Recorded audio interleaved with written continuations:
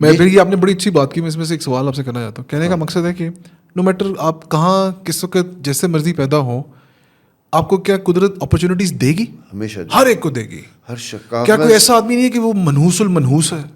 کچھ لوگ ہوتے ہیں. اچھا وہ بھی ہیں کچھ ہیں, کچھ لوگ ہوتے ایسے ہیں.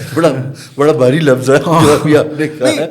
ایسے ہوتے ہیں. کیا آپ کے سامنے آئے؟ میں نے دیکھے ہیں ایسے لوگ, اور وہ صرف منحوس المنحوس, اللہ معاف کرے, اس لیے نہیں ہوتے, بلکہ اس طرح کے ہوتے ہیں کہ وہ اچھے بھلے انٹیلیجنٹ لوگ ہوتے ہیں, وہ جینیس ہوتے ہیں.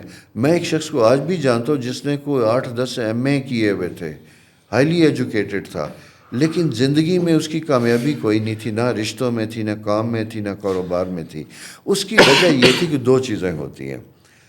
وقت کے مطابق اپنے آپ کو ایڈجسٹ کرنا. ایک بات یاد رکھیے گا, کمپرومائز اس کائنات کا پہلا اصول ہے. وہ دنیا میں ہر وقت, ہر جگہ, ہر موسم, انسان, چرند پرند, سب کے ساتھ ہے وہ. اور وہی کامیاب ہوتا ہے جو باشعور ہے, جو ان چیزوں کو انڈرسٹینڈ کرتا ہے اور اکارڈنگلی ایکٹ کرتا ہے. سیکنڈ چیز یہ کہ ایڈوائز لینا. جیسا میں نے آپ سے کہا کہ کوئی ایسا ہے نہیں کہ جسے موقع نہ ملے, سب کو موقع ملتا ہے. لوگ بتانے والے بتاتے بھی ہیں کہ یار یہ آگے سڑک ٹوٹی ہوئی ہے, آپ نہ آ جائیں.